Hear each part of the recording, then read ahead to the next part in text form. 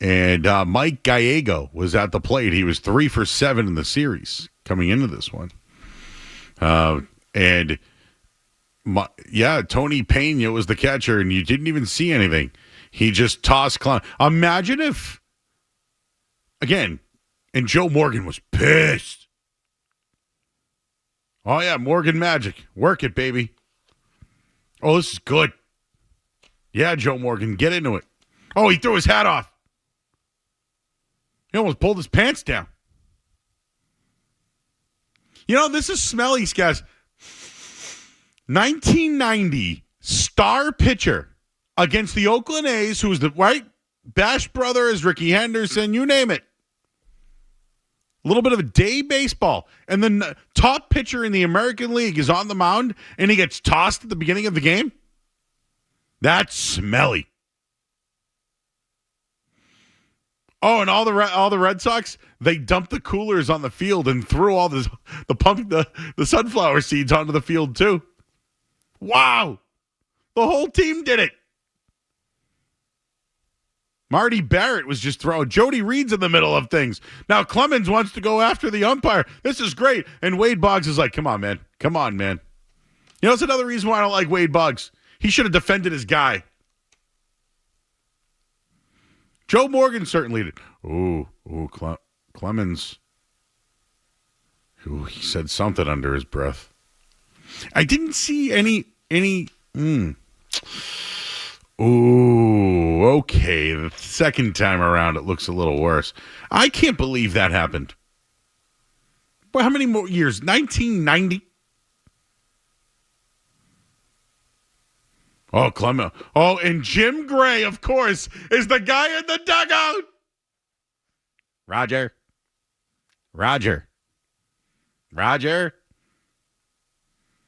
I got to post this.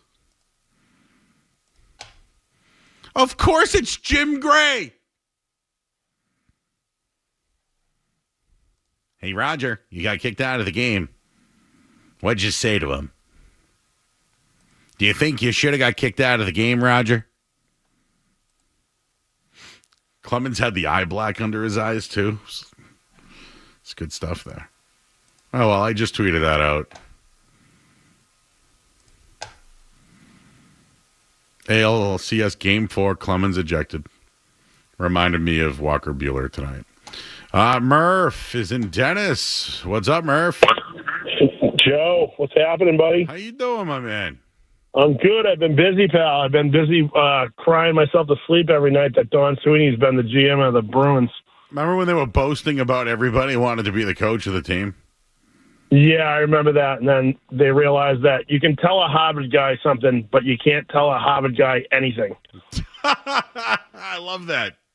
No, and that's a true statement. Don Sweeney, I cannot believe you know what, at least let's make him work for it, you know? Put him under the gun a little bit this year. You want to keep him the rest of the year, sure. But they extended him. I woke up this morning, I saw that I threw up in my mouth. It was awful. And I just got off the ice down here, and a lot of the guys I play hockey with, we all feel the same way, man. He hasn't drafted anyone. I heard you say earlier, Pasternak. He didn't draft Pasternak.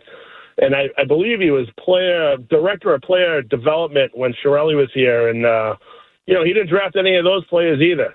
I mean, 2015, I know it was his first year and everything, and everyone harps on that, but his track record is not good. I guess, yeah, you can say Charlie McAvoy, but there's a guy you're paying all this money. He can't even run the number one power play.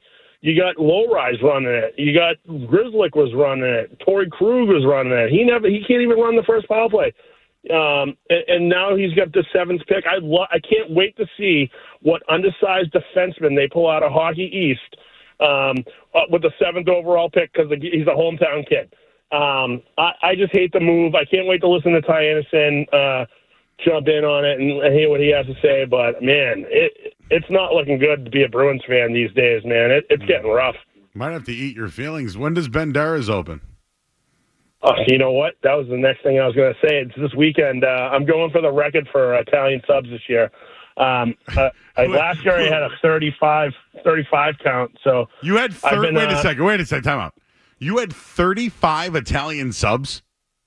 Yes, over the course of from Memorial Day to Labor Day weekend, yes. I think I included you and Mikey Bandera in a lot of those posts. So I've been talking to Mike, and he wants a counter. I was going to say, you you ever see Major League when Willie Mays Hayes was going to steal bases and puts up the bat?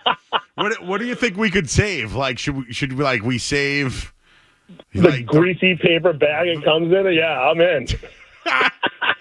So what's the record? Well, he says that I was close to it last year, and I think I had like 35. So I'm going for it this year. I've been fasting. I've been doing a lot of off and on ice training. So I'm ready to take a stab at it this year. I can't wait to get down there. And Banderas, like I said, opens up Memorial Day weekend. Yeah. Best place. The best on Dennis. By the way, to get a sandwich. I get meatballs for breakfast there.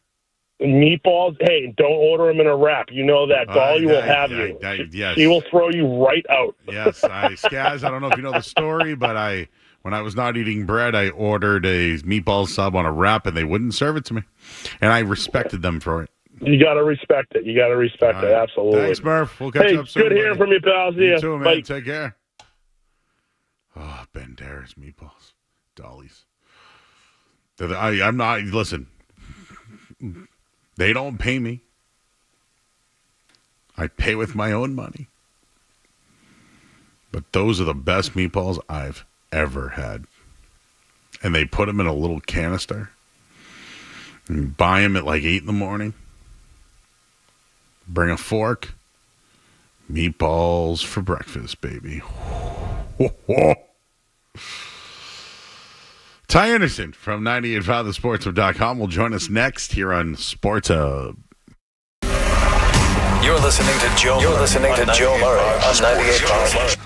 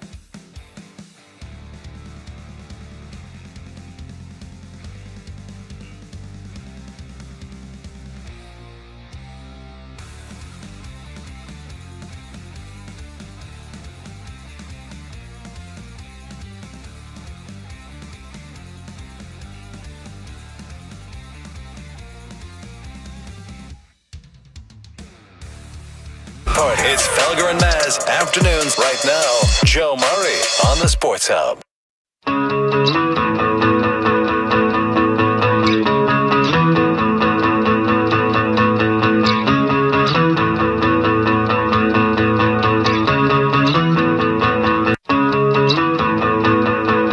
All right, back here on 98.5, the Sports Hub. I'm Joe Murray. Full show. We're back full time. Full nights. No interruptions. I think we did get an interruption today, though. Some news for us. As the Boston Bruins have given Don Sweeney a 2-year extension. Let's go to the guy who at least can figure this out for me, because I can't. He's Ty Anderson. He's from 98.5, thesportshub.com. Hello, Ty. How are you, bud? Hey, Joe. What's going on tonight? Well, I said, Skaz, let's talk to Ty. Let's get him on. I know you worked all day, so I appreciate you coming on. But this was a goodie today. We got some news on Don Sweeney. I don't know if it's good, actually. So my theory is, well, they might have missed out on some coaches because of a lame duck year for their GM. So why the move now, and was this ever in the works? I don't think there was ever any doubt that he'd be back. I think if you read the tea leaves and you just observe what kind of happened this season, I don't think they let a GM they're going to fire trade guys that are still under contract and pretty decent contracts in Brandon Carlo and Charlie Coyle if he's not the one making those decisions down the road. So I think it was pretty obvious that this was going to happen. I think what is telling, however, is the timing of it. As you sort of alluded to, and also, it's 2 years, right? It's not 4 years. So if you want to be perhaps incorrectly direct about it, like I wrote about this today, like they believe in him half as much as they did 3 years ago. Like that might be unfair or incorrect how you word it, but he got a 4-year deal last time. This time he's getting a 2. And so I think it does speak to some of the doubt they may have about the long-term vision. But I think, Joe, to your question, to your point, like you don't want a GM. All right, so let's look at the ownership mix here, right? Or the front office mix. You got ownership that wants to make the playoffs, and they called this past season embarrassing. And then you have a president whose job isn't in jeopardy, but a month ago wasn't giving any sort of vote of confidence to his GM, and then you have a GM potentially GMing for his job. That's not exactly a great mix. Like in terms of a long-term sustainability kind of model, that's a tough mix to sell people on. And I think the Bruins realize that, and, they kind of found a way to do both. You're removing the lame duck status, but you're not going, hey, we love you for 5 more years. This is a little bit of both, I think, for the Boston Bruins. Is it fair for me to say that maybe Don Sweeney was boasting his chest a little bit, even Cam Neely for that matter? Oh, I'll call you if we can't get anybody who wants to come to one of the greatest franchises of all time. Like, well, nobody wanted to come. So is that what happened today? Is that, you heard Rick Tocchet mention concerns about the front office and, unstable is one of the words I believe he used. Like, do you think that's why he has this extension now and might be able to sign one of these guys that might have had some concerns about a GM in his last year? Well, I'm pretty convinced. I really have no reason to be convinced, but it does feel like this is going to be the last coaching hire that they make. So I don't know. I don't know for a fact if they've been turned away by coaches because of the uncertainty. But there is a level of uncertainty, I think, with anyone they hire, feeling like, okay, well, I'm now going to be your 4th different coach in 3 years. The last 2 guys you fired found work in less than a week. One of them won a cup. The other one, helped a team that looked dead in the water get back to the playoffs. And so I do think it's a legit concern for a coach to have. I can't speak on the report that Rick Tocchet, was frustrated by the instability of the franchise potentially, but it does feel like this is a hire that you got to nail. It's kind of like the top 10 pick, right? Like you don't think they're going to be back here 2 years from now being able to pick a new coach, just like you don't think that they're going to be picking a top 10 pick next year. And if they are, well then, ownership has signed off on it, but like these are spots you don't want to be in, right? And so I think for the Boston Bruins, when it comes to this coaching search, yeah, I'm sure someone's turned them down. I imagine David Carl, who's going back to the University of Denver, turned them down. But I also think there's an element here of, the Bruins, from what I've gathered and what I've been told, like, they've cast a very wide net here, right? And so they realize, I think, to your point, that, like, they got to stop the coaching carousel, and it's a reflection on them if they get to fire somebody else. And B, I don't think they're going to get to fire somebody else. I think so. This gives you a window here where the coach and the GM are, in theory, signed together, and you're going to get a good window here to see if it's actually the coach's fault, or maybe finally it smiles on the GM and says, actually, you know what? That's enough of you running the show. Let's get somebody else up in here. All right, we're talking with Ty Anderson, 98.5 The Sports Hub Underground as well. Listen to that podcast. I like your point about they didn't give the Fords just the two. They have an out, really. You know, they don't like the guys. They can move on from both, Neely and Sweeney. But really, now it's about the draft, right? And they got to get this right. 7th pick. They got all these other picks with the Marchand deal that I want to get to in a minute here. But I don't know. You look ahead here, there's a lot of draft picks. So it sounds like Sweeney had the vision for Neely and ownership that he sees how to help this team. Do you think he's been better at drafting? And I know they were very defensive about it at the press conference this year, but is it as bad? Because, I don't know, a lot of people are really down on Sweeney, but has it really been that bad like Cam Neely said? You know, it's a weird dynamic, Joe, right? Because I think the hate for Sweeney has gone so far, like above and beyond what I think is reasonable or whatever, that I'm actually starting to like him more. Like, is that a weird thing? That it's like the anti-hero. You get so much hate that I'm like, you know what, I like this guy now, whatever. But I guess to your question about, like, the drafting, like, yeah, it's been pretty rough, you know, and I think they've taken some swings that they should recently. Now, the problem is, like, they are so feast or famine that when you go for the feast, and if it is a famine, it's going to look worse. And so, you know, I think, you know, Fabian Lysell, that was the right pick. You know, it's about how do you use that pick? How do you grow with that pick? You develop in the right way. I don't think they developed in the right way, you know, completely, in my opinion. But if you like that 2015 draft, Joe, it's going to be a scarlet letter for Don Sweeney forever. Like, it is what it is, right? I just think at a certain point we got to move on. Like, we don't own a time machine. No one is bringing anything new or interesting to the conversation. You got to get over it, right? At a certain point, and the best way to get over it is to draft better. That's just period, end of story. They got to draft better. They got to get more impactful players. You know, I think to your question, to your point, like, they have often opted for safer floors and lower ceilings with their high picks, right? Like Johnny Beach is a 4th liner. In a vacuum, that's not bad. Those players have value. Not in the first round, though. You know, Trent Frederick was a 3rd liner. He's probably more of a 4th liner on a true Stanley Cup winning team. Again, not bad, but not good enough for you and where you're picking. So they got to aim higher, right? In this 7th overall pick, this should be the spot where they aim the highest they can. It's just, you got to nail that, right? And you got to look at talent and what is going to give you the biggest upside versus who's the safest pick, which they've been guilty of too many times in their franchise's recent history under this front office. Just speaking of the front office, I'm looking back in hindsight now, okay? But they went with Jim Montgomery in a lame duck year, the restricted Jeremy Swayman stuff, Brad Marchand, who wanted more money than he was making, and now Sweeney was going to go into his lame duck year the next year. Like, do you feel like they managed that right? And then my second part of that is the Marchand trade I still would do, but do you think he'll get more than $7 million after this little run he's had? So I think it really comes down to what that second wave of guys behind Mitch Marner get. You know, like Brock Besser could probably make $8 million, right? And Nikolai Ehlers could probably make $8.5 million. You know, both of whom could be on the Bruins' radar.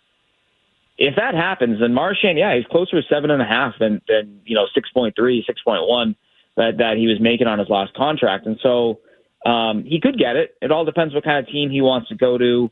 You know, does he like it in Florida? Obviously, the tax situation there is great in terms of making your money. It's a good team.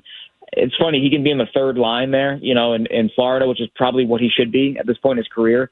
Doesn't have the pressure of a letter of, you know, top line minutes, top power play, top PK. Like he's just kind of going out and playing, right? And he looks great. He looks absolutely great in Florida. So he could make that money. And I will tell you this, negotiating with the Bruins is a grind. They grind people and players and executives and coaches down. Like, they are extremely persistent, right? And it can be nauseating and it can frustrate players. I've talked to players who have re-signed and players who haven't, and they said, wow, that was a nightmare, to try and negotiate that kind of contract. That was a lot more heavy lifting than we thought it would be. And so I think that, that has manifested itself in a lot of ways now, and it's not always a great thing, right? It all depends, what kind of mental fragility or toughness you're talking about when it comes to negotiating those kind of contracts. But I think that's just kind of who they are as a franchise. They negotiate hard across the board. That apparently includes players, coaches, and now GMs. And so that's how they operate. They think it's a good thing. We got to see how this new wave of leadership and signings and all that transpire. But they don't think that their system is an issue. Like, they believe in how they negotiate and how they, try to get the most out of whoever at any bargaining table. All right, and of course, if you want to hear Ty's thoughts, Matt Doloff's thoughts, listen to 98.5 Underground. I know you guys did a big thing on the offer sheets. There might be some big players that the Bruins can target. I'd advise everyone to go listen to that. I got one more for you, Ty, before we let you go. Yeah. Are the Bruins, and I'm not saying they're moving on from Jeremy Swayman, but are they or have they taken calls on Jeremy Swayman's availability? I think that teams, when the Bruins made the moves that they made at the deadline, I think teams are thinking, okay, wow, they're actually open to changing their identity and changing their culture. I think it would take a lot. I think it would take almost a Godfather offer is too strong, but it would take something really big because, Jonas Korpisalo, he had a bounce back season by his measurements, given how awful he was in Ottawa a year ago. But this is not a goalie that, I think is one you want to hitch your wagon to as a one. What I would also say, too, is that would set you up, Joe, for the worst possible scenario, right? You look at 2023-24 and you go, all right, you can't keep both, but you got to keep one. And I'm talking about Linus Ullmark and Jeremy Swayman. Okay, now it's 2025 and you have none, right? That would be the worst case scenario. That would remind me a little bit of Vancouver. Vancouver had Schneider and Luongo, and for years they had to pick one or the other. And then I think by 3 years in, they had neither one of them. It was like, okay, well, now you're back to square one. And so I think where the Bruins are, I think the way they've built their team, the way that they've, kind of who they want to be, you got to have a goalie. And I would give Jeremy Swayman one more year. I think as well, just the fact that, yes, last year was not great. It just wasn't. But if you're going to bail on a guy 1 year into an 8-year contract, then you shouldn't have signed him to an 8-year contract in the first place. So I just think that you gotta try to ride it out. You got to try to hope he bounces back after a normal off season. He's going to tell people like me to hit the bricks if I want an interview. That's okay. Focus on his game and see how he bounces back. So I do think that you give him at least one more year to try to figure it out because of the investment you made and the trades you've made to accommodate him as a number one goaltender. Swayman's back. Sweeney's back. Everyone's back. It's just bringing the whole band back together with a bunch of new pieces, I guess. That's. I do think, though, that, they are going to have an interesting offseason. I do think that they are going to spend money. They're going to bring in some high-end talent, and we're going to see what happens. But I do think, though, that, they understand they got to evolve. It's just, how do they evolve, right? You can have your core pieces, but you got to change how you view the game, right? And I understand people are going to have doubts about Don Sweeney until proven otherwise, but I do think their deadline was interesting. I think their deadline required self-reflection that Sweeney had not previously shown, and now he's got to go out there and prove it with the draft, with the trades, with an offer sheet perhaps, with free agency, that he is going to adapt and change with the game because this game is getting faster and more skilled, and the Bruins are already behind the 8 ball, right? And they got to make up ground quick. And I think the Bruins know that. It's just you got to go out and execute it now. Now you got to go out and do that because the way that they have been doing things, while it served them well, 10 years ago, 15 years ago, the game is changing, and they got to evolve with it, and that's the first step here, I think, for Don Sweeney and the Bruins. All right, Panthers just went up 1-0 midway through the first. Verheege with a goal his 5th of the playoffs. So I'm rooting. You got to find guys like that, Joe. Yes. You got to find guys like Carter Verhaeghe, Jonathan Marchessault before he blew up in Florida. Like, you got to find players like that. That's a challenge for this team. Sorry. No. Listen, I like your excitement there because I don't know what they're going to do. So I'm going to just ask you. How about that? When this happens, just ask Ty. That could be like a thing. Ask Ty, like a little, like a line, like a Miss Cleo line. Yeah, I don't want anyone having my phone number, so I hate this already. No, it could be like a WhatsApp kind of thing where the money goes to you, doesn't go to you like email or anything like that. Am I getting paid? That's all. That's we got a Patreon thing, Yeah, like a WCW hotline with Mean Gene Okerlund. Let's do it. And you know what's funny? In the city of, you probably had the same TV I did growing up, but they used to put it on the TV Guide, if you remember. They had like Sunday Night Heat. Was that what it was? Sunday Night Heat. They used to have all those shows, but you could only watch them on the channel Guide, which was absolutely wild back in the day. All right, Ty, I appreciate you. Again, go check out 98.5 Underground. I know you guys got a bunch of stuff on there as well, you and Matt Dolph. Appreciate your time tonight, Ty, and I'm sure when the news comes down, we'll be calling you. All right, sounds great. You got it. He's Ty Anderson. Appreciate you taking a few minutes. He's best in the business when it comes to the Bees here on 98.5 The Sports Hub. That was good. I feel like I got my Bruins fixed tonight. That was a sigh. Big sigh there, guys. Sweeney's back. Neely's back. This Vasquez guy, huh? All he does is win, win, win, no matter what. Let's get you the headlines here on 98.5 The Sports Hub. Sports Hub headlines. Presented by Celsius Energy Drinks. Don Sweeney's back for 2 more years. The Red Sox lead 2-0. There was also 2 people ejected. And there's 2 games tonight. 2-2-2-2.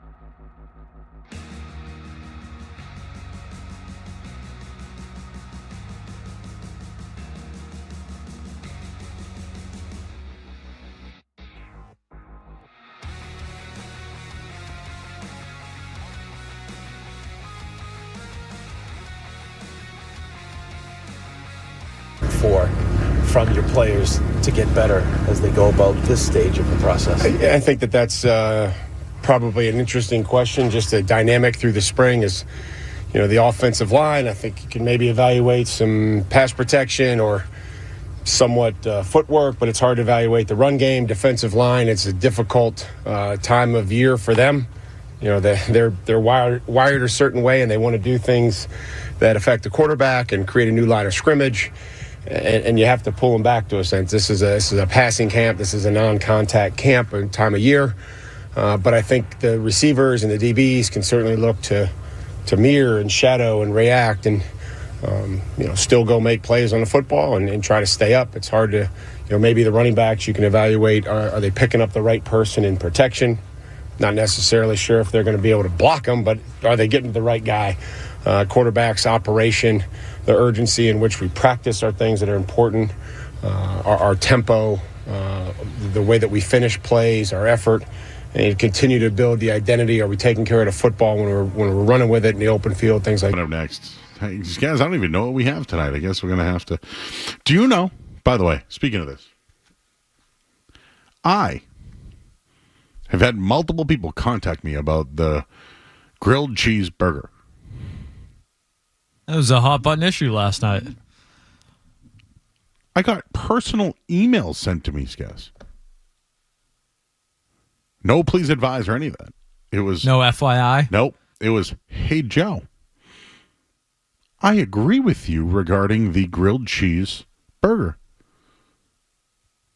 He needs more beef. P.S. You can only get it in Canada. So, yes, I didn't want to tell everybody that because I was very passionate. If it's a success in Canada, they'll bring it here. Yeah, but don't let the details get in the way of a good time. Right? Might be one of the problems in my life. Don't let the details get in the way of all that stuff. Just like Mike Vrabel talking about details. So I think I saw a quote today that was like, hey, man, things are actually pretty cool with Mike Vrabel after one practice. I think that was Christian Gonzalez. Oh, is that what it was? I think I saw him say things are good. Oh, he had 2 interceptions today, huh? Yeah, 2 out of 4. It's not bad. Oh, so Drake. So you're telling me Drake May threw those 2 interceptions? I believe he threw 4, Joe. That's early. Mm-hmm. Day 2 of OTAs. I don't know. That a sign of things to come. He's Mac Jones. It's a Mac Jones all over again, Joe. As our friend Murph and Dennis said that he's going to collect and try to break the record for most Italian subs in a summer. By the way, I know Murph, so he lost 155 pounds. No grounding, no flat earthing, no grounding. I don't know if you didn't hear about this. You're right over my head, Joe. Oh boy, where do I start? I don't even. Yeah. I was working with one man. His name was Dan Lifshatz. And when I saw him this weekend, he lost 170 pounds. And this had something to do with flat earthers? He said that he does a lot of grounding. Yeah, your bare feet on the ground. I've heard of that. He attributes that to some of his weight loss. We'll have to start walking around barefoot more often. So I was driving in this morning. I work at Card Vault, everybody, on Tuesdays. I stream with them. Cards, we break cards. And so I have musings on that, by the way, that I want to get into later. About my ride into Boston today. Not good. But anyways, they brought a doctor on to talk about grounding. Come to find out, it wasn't a doctor. So it ruined the whole bit, and Fred was pissed. It was someone cosplaying as a doctor, pretending? No. It's just they so I'm not throwing anybody under the bus. Nope, I'm not doing that. I believe Fred said he wanted a doctor on the show to confirm that grounding can help. He didn't want a hippie. So Adam 12, who we love, was the guy booking guests. And come to find out when they asked, are you a doctor? She said, well, no. So I think that just threw Fred right off. Yes, I just went to the podcast out of curiosity, and their third hour is titled "Hippie Doctor Ambush." So I don't even need to explain it. That's it. It says a segment focusing on Dan Lifshat's weight loss was derailed by an unexpected hippie ambush. So I think you summed it up pretty succinctly, Joe. I usually I don't need to explain anything else. Usually right? I check in on the morning show. I'm obviously a big fan, but I totally missed that one this morning. And I hope that this doesn't get misinterpreted. I love the morning show. No, I don't. Believe, I've worked with Fred enough that sometimes bad bits are great. What I mean by bad bits is he wanted to have a doctor on to basically either he wanted something to go in his favor. I don't know what it was. I was listening to this live.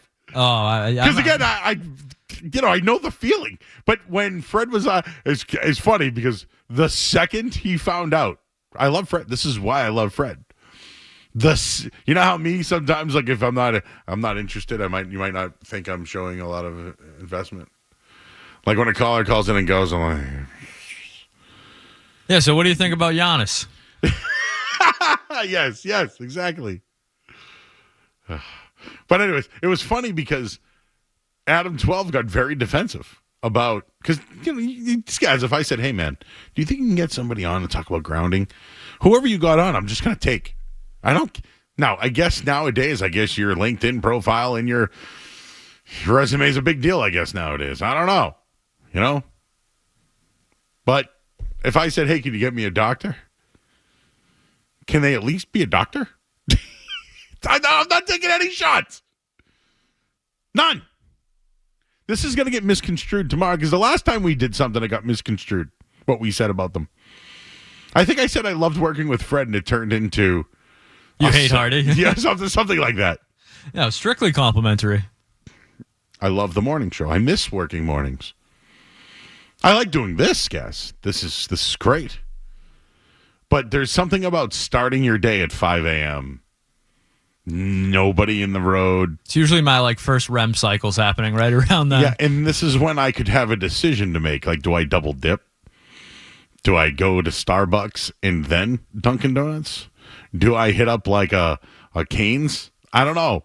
I got a lot of options in the morning. But that was one of my favorites was just sitting in the garage at 5:30 with nobody around and just collecting my thoughts.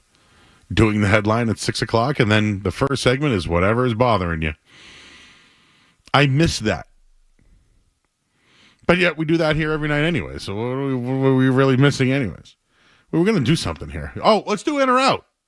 Let's do that next here on 98.5 The Sports Hub. Are you in or out? Gotta know without a doubt. I'm the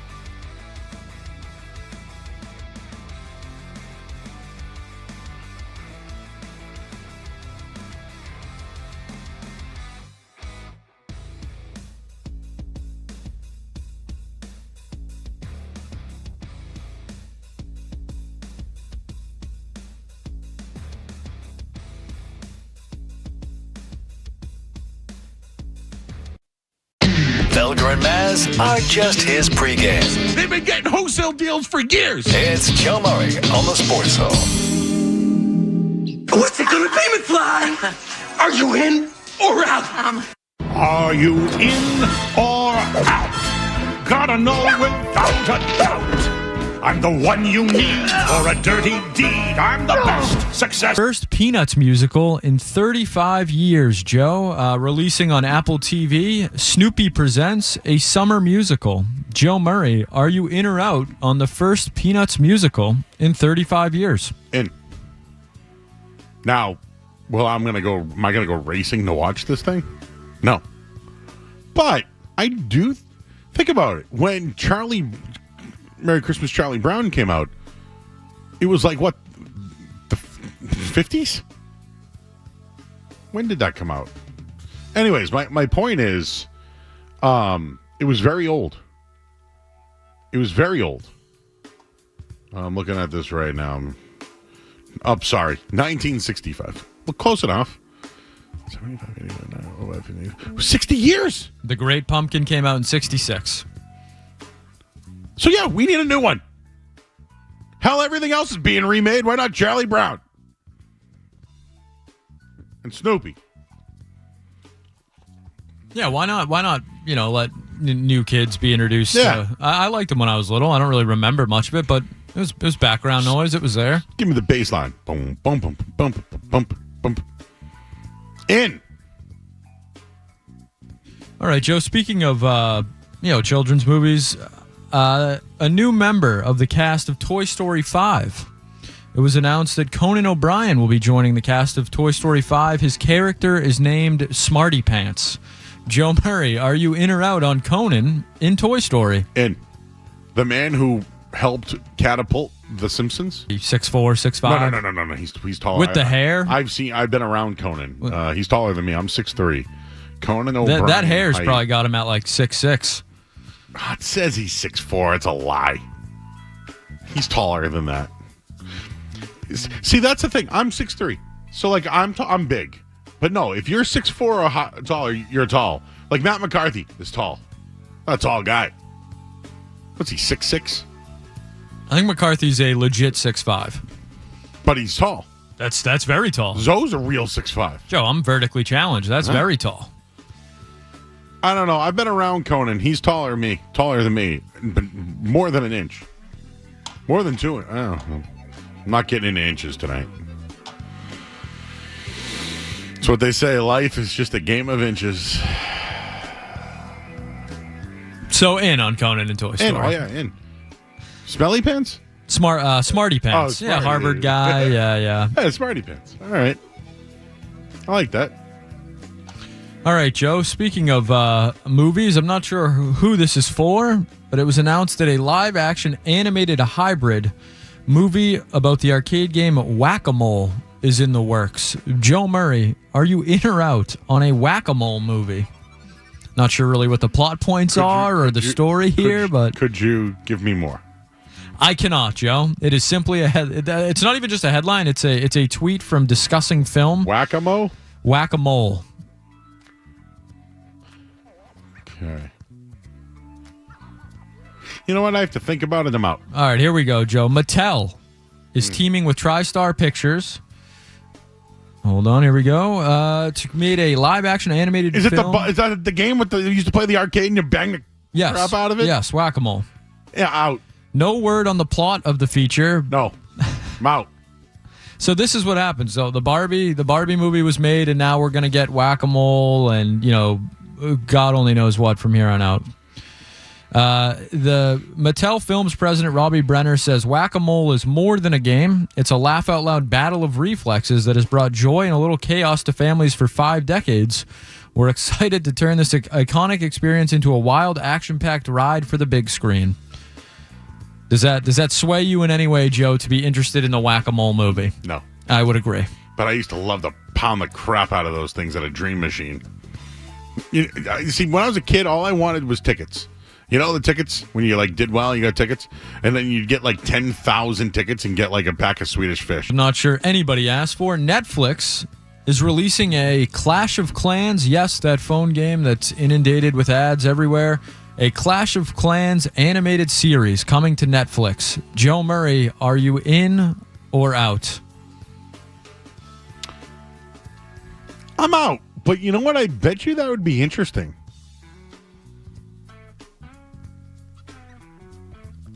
I think everyone's in on a good clash. One of the guys reminds me of Hulk Hogan. I don't know why. I'm out. You know what? Let's not even talk about it. I'm out. Here's the deal, Skaz. If I can't put any energy into it, I don't want it. All right, Joe. Now let's get down to business. What we came here for tonight. Joe, the Weenie 500 is happening. The Weenie? The Weenie 500. Okay. Oscar Mayer Wienermobiles to race on the oval ahead of the Indy 500. The Weenie 500 will see 6 of the hot dog-shaped promotional vehicles race on the famous oval, each one representing a regional U.S. hot dog style. So, Joe, it is stated that, let's see, I want to get your proper, who's doing what. The Midwest will be represented by the Shy Dog. The East will have the New York. What's the Shy? Chicago Dog, I would imagine. Shy Dog, okay. The East will have the New York Dog. Okay. While the Southeast features the Slaw Dog. The Chili Dog will represent the South, while the Seattle Dog serving the Northwest and the Sonoran Dog as the entry for the Southwest. Joe Murray, are you in or out on the Weenie 500? This is fun. In. Can we bet on the Weenie 500? You can. Will any Wienermobile spin out? Yes or no? I'm hoping for some shenanigans. I imagine these are probably valuable, promotional automobiles, so maybe they won't be going as fast, but yeah. Which wiener will have the slowest lap time during the race? I feel like Chicago Dog. Aren't those loaded with stuff? A lot going on the Chicago Dog. What condiment will be sprayed on the winner during the trophy celebration? Gotta be mustard, right? Gotta be. Well, I was going to say, I actually don't know. What about them? All of them? Ketchup, mustard. No relish. No. Oh, you want no. No. No. Will the winning driver of the Weenie 500 cry at the trophy ceremony? Yes or no? Scouts, can we back up? So the Indy 500 before the race is going to have a wiener race. The Weenie 500, Joe. And there's going to be a winner. But there could be accidents, problems, condiments, a lot of things. This will be the Friday before the Derby. So that means that they have to clean up the track after It's this Friday, Joe. Oh. The Weenie 500 is this Friday. You know what? Where is it? Is it Indianapolis? It is. I'm going to work on that. Let's see if we can find a guest for the Weenie 500. No, for real. I'm going to find somebody. I know someone. I know a guy. I got a guy. But this would be... You know what, Skaz? Who else is covering the Weenie 500? No, you're looking at it, Do you Joe. even know who's in the Indy 500? I know. I think Tom Brady's doing some of the coverage. That's right. Yeah. Now give me a race car driver, though. Come on. No idea. Yeah. Indy 500. Weenie wagons all day, baby. Is Mario Andretti still out there? Did I ever tell you I had to interview Michael Waltrip? Daryl or Michael? Michael, because I was working in New Hampshire, Nashua to be exact. I was at WGAM The Game. And they were like, hey, Joe, Michael Waltrip's coming on. Can you interview him? Well, I just happened to be there at the time that they booked it. So why was it on my show? So I'm like, all right, Michael Waltrip's on the line. So, Mike, how's your neck doing going left all the time? You like that one or no? He didn't. Oh, come on. And I go, so, you ever been in New Hampshire? And he goes, yeah, I've been allowed in a couple of times. And I was just like, so, man, I've always heard the saying, if you're not first, you're last. How do you feel about that? I didn't know. What the hell do I ask a race car driver? So if you want to get in the radio, just remember, you're going to be... I had to do finance... Did I ever tell you I did financial radio? I was talking about the S&P and the Dow Thank you, Barry Armstrong. Weenies! The Weenie 500, Joe. You heard it here first. You know what? 2 p.m. I'm in 2 p.m. On Friday, I believe. Oh, that's a must-watch. Might set that on the DVR. The Weenie 500. Do you know what? Should I live stream? Yes. Maybe I'll live stream on Twitter. Now, I can't show it. It will be streamed on the Fox Sports app and the IndyCar on Fox social media accounts at 2 p.m. The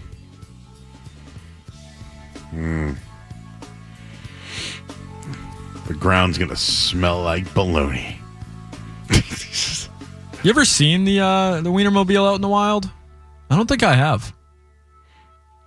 No, we saw the Goodyear blimp, though, when we went to Vegas for WrestleMania. I haven't seen a Goodyear blimp in, I don't know, whenever. Once they came to a Pats game. There's only like 3 of them out there. Like there's the Wiener wagon? No, like there's only like 15 blimps like operational in the. That guy parachuted into a ring once. That was not cool. Is that a Tyson fight? I feel like it was. That was on The Simpsons. They made fun of that on The Simpsons too. I'm starting to think. Like I've seen like a fake mystery machine before, like the Scooby-Doo, like someone just painted their van like that, but something like you're talking about, I can't think of anything off the top of my head. Ryan in Malden says he has seen the weenie truck around. Apparently there's a Hershey's Kiss-mobile. I've never seen that. Ooh. Einbein said he saw the Wienermobile twice, once in Chicago. Einbein's he's a traveler. He's been everywhere. I feel like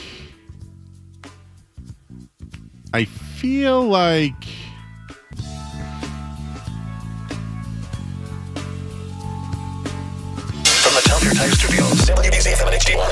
It's not just the games. It's Toucher and Hardy, Zolak and Bertrand, Felger and Maz, Joe Murray. For Boston sports fans, it's 98.5, the Sports Hub. Paisley Media Group Station. Essential Sports Hub headline presented by Celsius Energy Drinks. So the Red Sox are up 2-0 right now.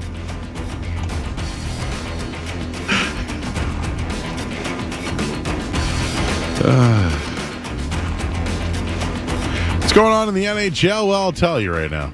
Panthers lead 2-1. What about the NBA? Well, the Wolves lead 23-20 after one.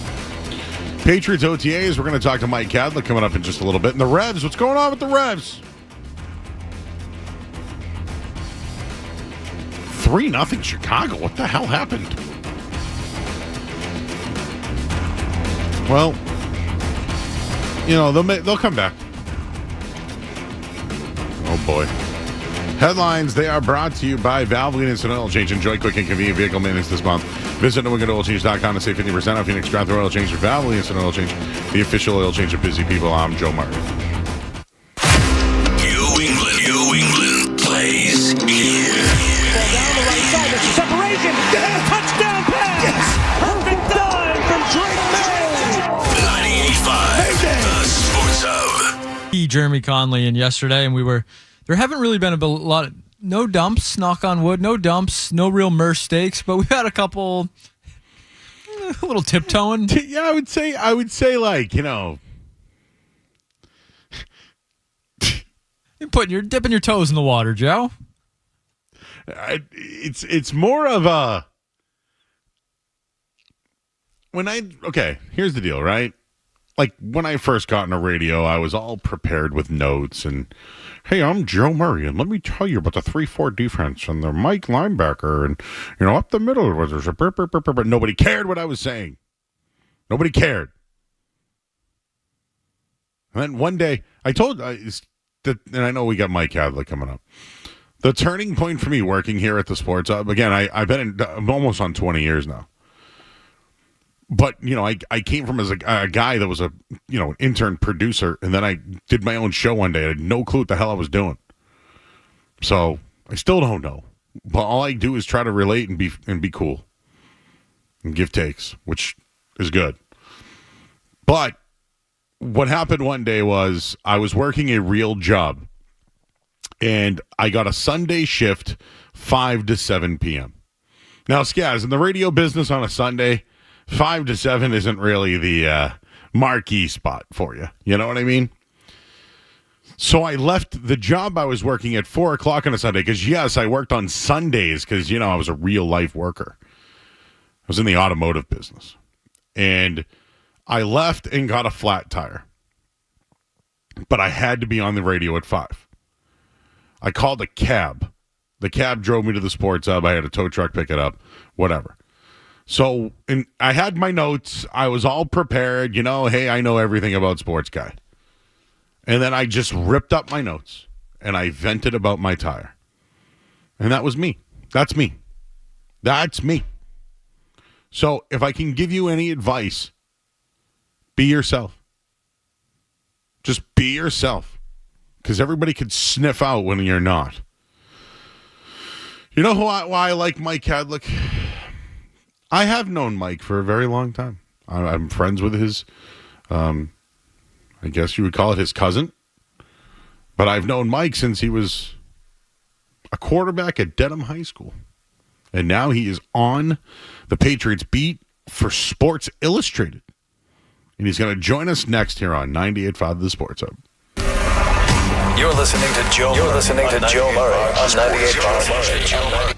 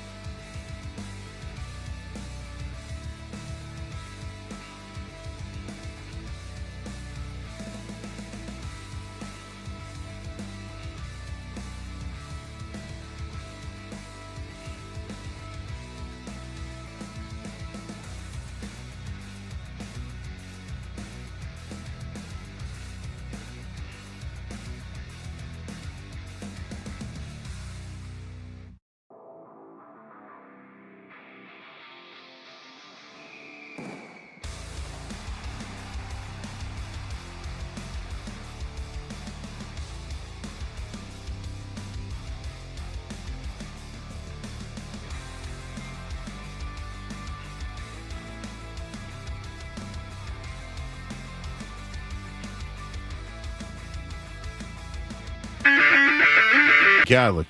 Works for Sports Illustrated. Works for CLNS. He's a worker.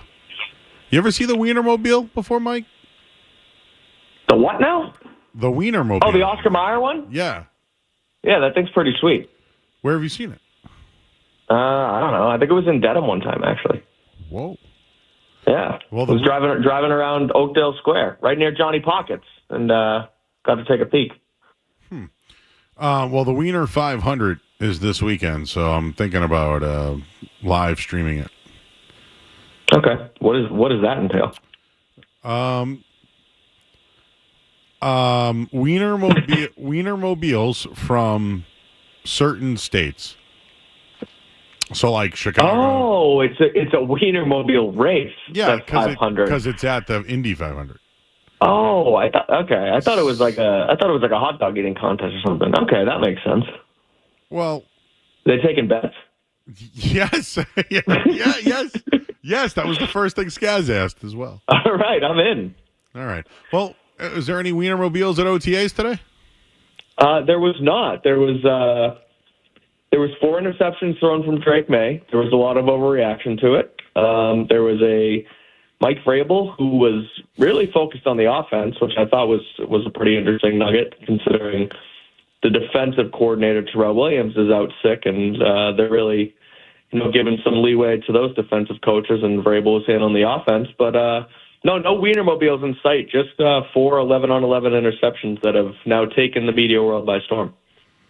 Yeah, we can talk about that in a little bit.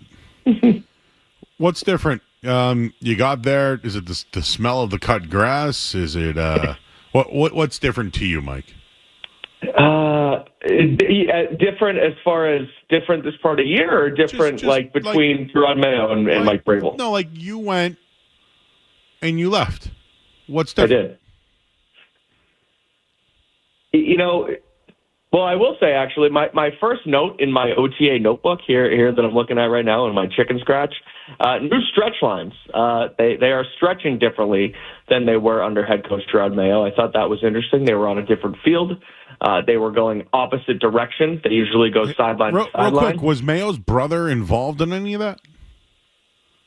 It's funny. I did not look for him today, which, that's bad on me because he is still on staff, and that would have been one to look at. I did not notice Deron Mayo, and I did notice some other strength coaches around. So that's an interesting nugget that I will look for next week when we're there back for round 2 on Wednesday. But aside from stretch lines, and just sort of a little bit more energy and more. Frankly, it felt like everyone kind of knew what was going on. And sometimes when you would watch practice last year, it was just kind of a big, cluster. So, overall, it feels like there's a little bit more professionalism in the building. You see Mike Vrabel running around like a nutcase in a good way. He's not like a chicken with his head cut off. It's all calculated. But, it just feels like a little bit more Patricia to O'Brien to Van Pelt to Mac Jones, to Drake May, to Bailey Zapp. And it's like, well, no, the defense is supposed to be ahead because it's OTAs and it's harder for the offense. So I do think ultimately, right now, that is true. I just think that, there's obviously no contact at OTAs. The quarterback can't get hit. The quarterback can't make plays with his legs.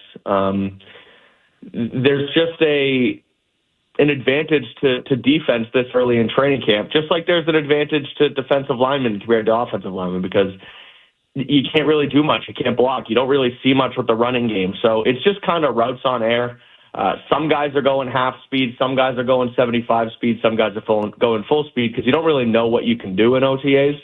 But from what we saw today, which was obviously a small sample size, I do think that the defense ultimately won the day over the offense. Yeah, what did Christian Gonzalez had himself a big day, huh?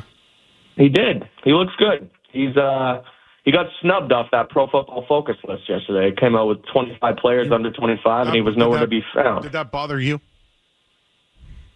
It didn't bother me. I think some people take that stuff to heart a little bit more than I do.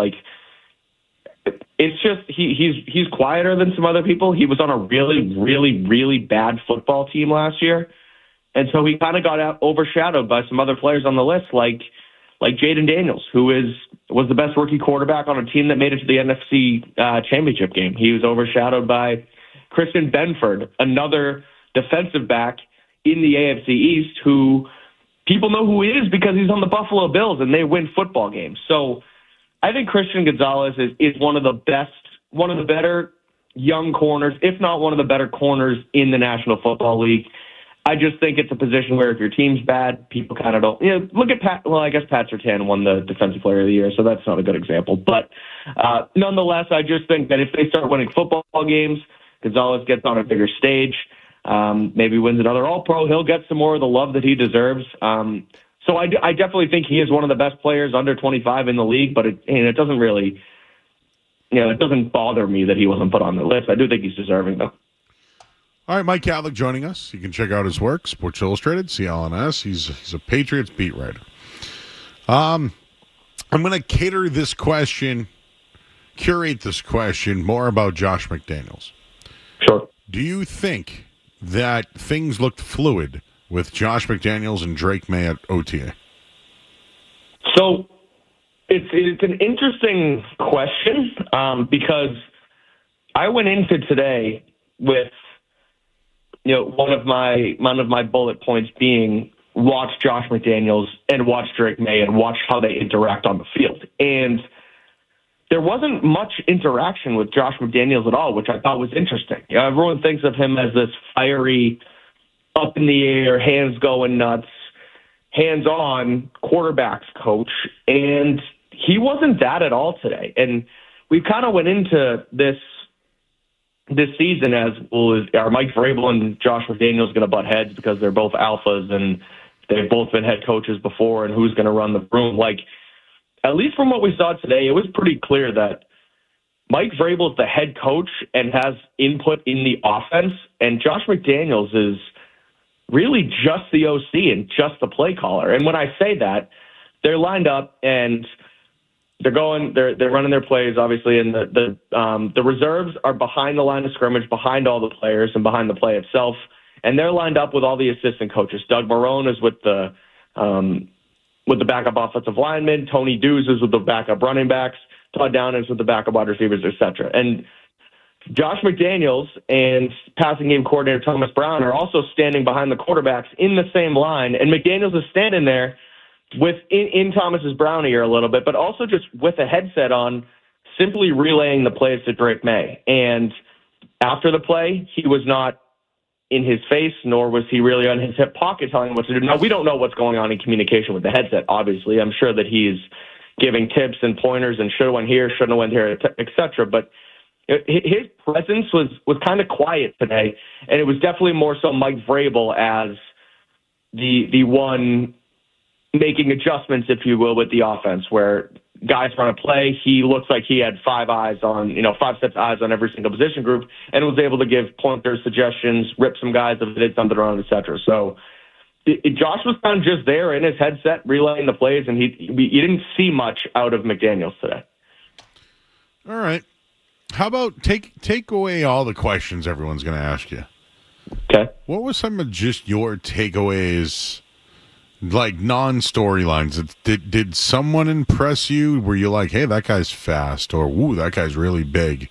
Was there anything that just took you by presence alone? It raised your antenna. I will say that Will Campbell, first of all, Will Campbell is obviously going into the season as this team's left tackle. Not that was much of a question before practice, but he didn't move off that spot, whereas other guys around the offensive line sort of did. Wes Schweitzer, one of the guards, went back and forth at guard. Cole Strange moved around a little bit of tackle. They kind of moved the right side of the offensive line in and out between Morgan Moses, Caden Wallace, etc. So I don't want to say that stood out. That was fairly obvious, but that was cemented today. But on the Will Campbell front, everyone talks about him being a leader and wanting to be a leader, and he was just such a locker room presence, Vrabel guy, all the intangibles that we've sort of hyped up here. Every single time there was an off period during practice, he went over and specifically found Morgan Moses basically every single time and was in his ear, talking to him. again, we don't know what these guys are saying, but Morgan Moses is sort of lauded as one of these perennial leaders across the NFL at the offensive line position, and he came off really strong in his press conference when he signed. He spoke today, and very well-spoken guy who just kind of has been around the league and knows what it takes to play in the league for a long time. And every single time, again, there was off period, Will Campbell went and found him. And then after practice as well, those two guys, Campbell, Moses, were working together. Kind of looked like they were kind of working on line moves and, understanding when one guy goes here, move your hands this way, et cetera. Just some technical stuff. But I do think it's interesting and definitely worth noting that Will Campbell took it upon himself to find the current leader in the offensive line room to, potentially maybe become the eventual leader in that O-line room. I think that's number one. Number two is just a huge rotation at wide receiver still. Jalen Polk, he had off-season surgery, so he wasn't really involved. It looked like he was just kind of working off to the side with a strength coach or someone who was kind of just running through some individual plays with him. But Chisholm rolling in with Demario Douglas on the slot. And then Kyle Williams, Kendrick Bourne, Kayshon Boutte, sort of working together on the outside. So, again, that's not really a huge takeaway, but I do think the big one is Will Campbell sort of coming in that leadership pipeline on the offensive line. All right, dude. Well, Norm from Cheers died. Do you know who he was? Vaguely. It's a little past my age there, the Cheers. I know the Cheers bar in Boston. I know it was set there, et cetera. But I did see that. That's unfortunate, but I can't say I'm a Cheers aficionado as much as some other people. Was there a bar growing up that you would go to where everybody knew your name?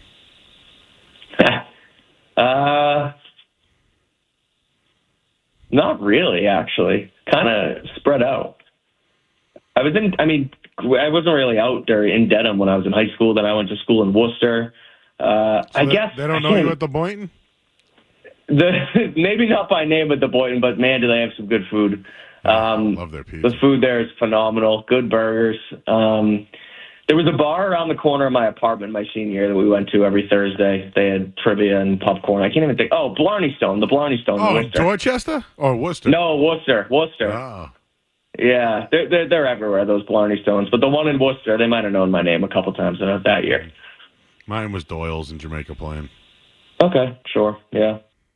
Sure. I'm trying to think of. I was in Rossi. Bro. I lived there last year for a year. It's funny. I was at our friend Chris's house a couple weekends ago. Chris Carroll, cousin-in-law. Joe. Yep. What did you say? I said shout out.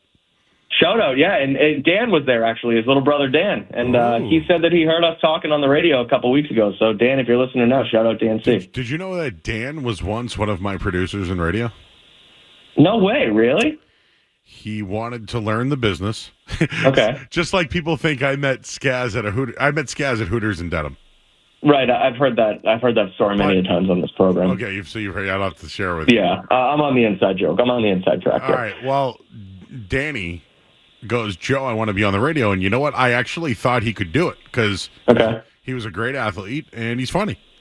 Yeah. So he actually went by a different name on the radio. Oh, that's funny. Wow. Okay. Yeah. Interesting. And he ran the board for me, and he was good. He showed up every day. Wow. We were talking about it. He was like, "Oh, I heard you on the radio with Joe the other day. You guys don't even talk about sports. You guys just talk about pizza the whole time," which is pretty true. The conversation steers fast whenever I'm on here. Does he have a problem with that? No, I think he liked it. He said it just sounds like two guys talking shop, which is kind of what we go for, I think, here on the Joe Show, right? You know, Mike, I think you just have given the show a slogan. What's that? Talking shop? Just two guys talking shop. I like it. There we go. Well, Not bad. We were talking wieners before you came on. Yeah, we're gonna bet on the Wiener 500 or whatever it's called. We're gonna find some odds. Will the person cry if they win the Wiener 500? Oh boy, is it that competitive? I don't know. What do you squirt on the winner of the Wiener 500?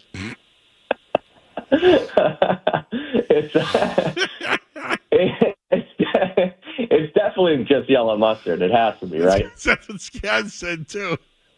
Yeah, I mean, you can't go crazy. Like just no relish. If anyone ever dumped relish on me, I'd stick you in a porta potty and dump you down a hill. I will say I am a proponent of ketchup on hot dogs. I will definitely put ketchup on a hot dog. Okay, good. Where does one go in your neck of the woods for a hot dog? Oh God, because like growing up, I mean, Casey's and Natick's a great spot. It's legendary. I used to go to Sullivan's at Castle Island. Oh yeah, that's a good one. You know, but like, where can you get a good wiener? You know, you'll be hard pressed to find a good wiener nowadays around these parts. I'm telling you. Let me ask you this though: have you ever had one from Five Guys?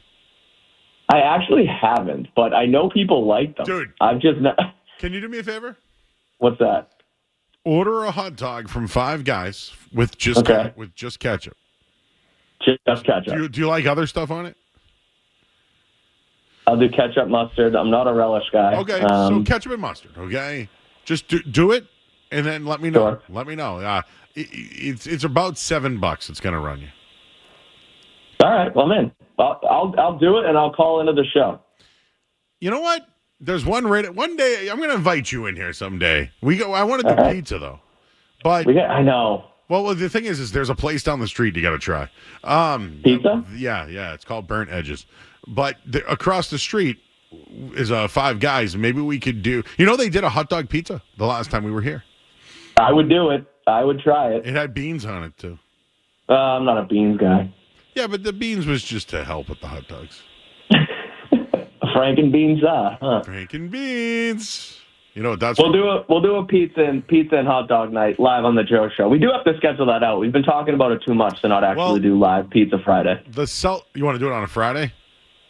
Yeah, if it fits the schedule. I don't know. What do you got going on Friday? What works best for your schedule? My schedule's never-ending rotation.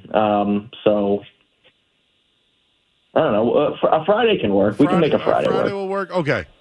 I'm going to put one on I'm going to send you 3 dates. Perfect. And then you let me know. Sounds like a plan. And we'll bring our street team Joe in, who you got to meet. I like it. He's all right. This guy's a character, dude. Street team Joe? Well, his name is Joe Ariano, but we don't know him by that. Okay. We just know him as Street Team Joe, and dude, he has opinions on food. Okay. I'm excited to hear. I mean, I have opinions on food too. I'm a picky eater, but I still eat some nonsense too. So that'll be interesting to hear what Street Team Joe has to say about all the items we try on the Joe Show. Is OTAs again tomorrow? No, well, they have them again on Thursday, but they're not open to the media. The next open OTA is next Wednesday, the 28th. Okay. All right, Mike Kadlick of SI, CLNS, is going to OTAs. What do you do now? You don't do anything tomorrow because there's no practice? Tomorrow I'll be working for Sports Illustrated tomorrow, as I am right now. We got some Patriots Daily as well. Myself and Taylor Kiles will be going live at 3:00 tomorrow for a mailbag episode if you want to check us out. All right. Well, maybe I'll send in a question about wieners. There you go. We'll make sure to answer it. I'll clip it and we'll make it a social promo. He's Mike Kadlick, everybody. Thank you, sir. Thanks, Joey. Appreciate you. Talk soon. Bye, Scaz. Appreciate you. His boots were on the ground today. So you'll be hard pressed to find a good wiener nowadays around these parts. I'm telling you.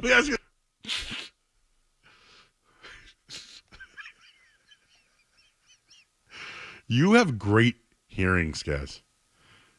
I don't know how. It's my job, Joe. You know what's funny? I gotta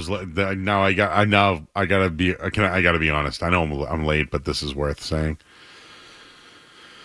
The other day, I was cutting a segment up, and you were just basically saying, "Hey, Joe, of all the seasons, I'm out on spring." I didn't acknowledge it once, but I wasn't doing it to be rude to you. But do you remember doing that? Yeah, of course. Do you remember being like, "Hey, Joe, of all the seasons, out on spring"? Yeah. And I gave you nothing. Happens? It happens often? No, not at all. But no, I'm sure you've done it to me too. It's just. But like, how did I not comprehend that? Like, you said it. And so when I was cutting the video up, I go, how did I not respond to that? You were out on spring. Yeah, well, not out, but of the 4 seasons, I think it's last. For me, personally. It's rain, it's gross, it's a tease, you know? Give me summer and fall, winter, all over spring. The amount of tweets that I have right now with people going, wieners, squirt, wait, what? There's a lot going on there, I know. There's a lot going on there right now. Hey, everybody, let's take a break. I'm Joe Murray. Sports Hub headlines presented by Celsius Energy Drinks. The Red Sox are now 2-0 without Alex Cora. Yes. He got ejected.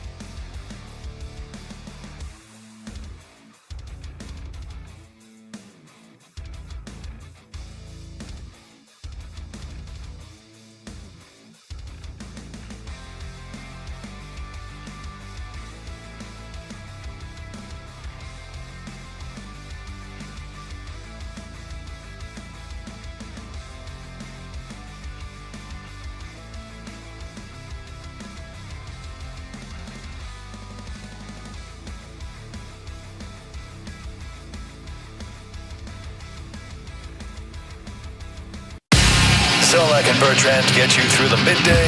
Joe Murray gets you right through the night. I actually spoke with women today. On the Sports Hub. You can only be serious about sports so much, right? Craig is in the car. What's up, Craig? Hey, you want a good Frankfurter? Go to Casey's in Natick. You gotta good stuff.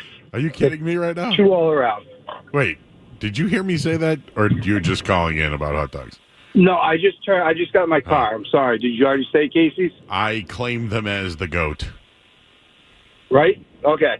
How about... Okay, what else you got for a dog? I also think Sullivan's is good. Sullivan's is good, yes. Carl's in Waltham. Oh, yeah, right down the street. They know me by face. Yeah, okay, I would assume so. I wanted to see if you knew that. All right. You know what Good I had stuff. recently? The fun, when we were doing our surf and turf event with Surfside and cheesesteaks, they brought a Chipotle cheesesteak. It was amazing. That sounds delicious. It was huge, and I needed to take a nap after. Yeah, they're the sizes of their subs are amazing. They're big. I haven't been in years, but they used to be a treat whenever I was in Waltham. Thanks, Craig. All right, thank you. Hey, Appreciate it. You know what? Thank you. Hey, all right. Hey, you make my ride home a little bit more enjoyable. What'd you do? Oh, you worked. What do you do for work?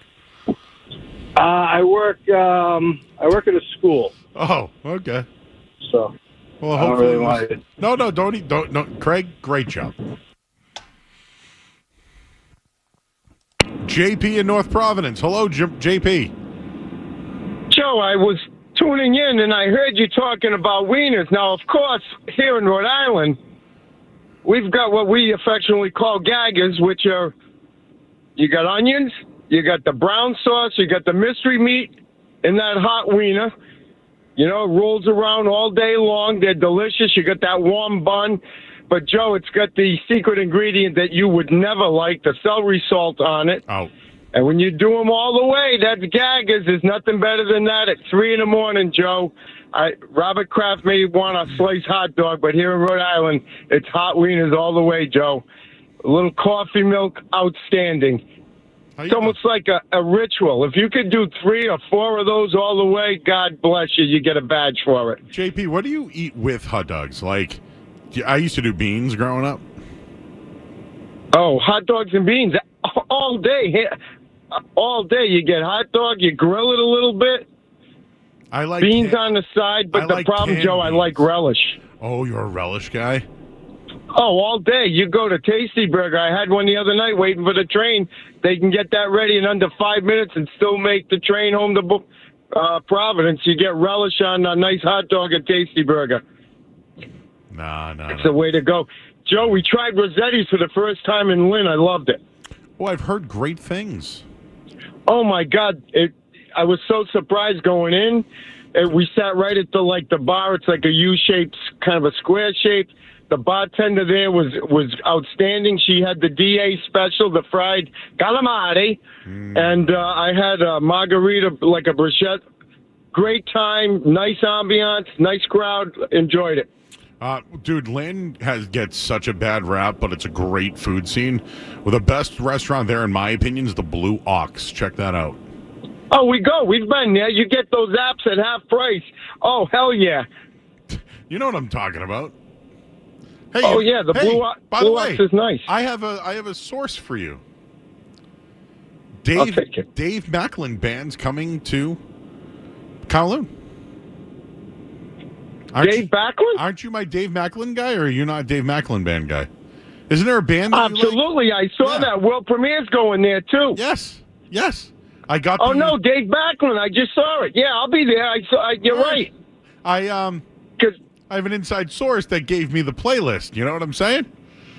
And I saw Macklin Band. And that's your Well, I love Macklin. He does.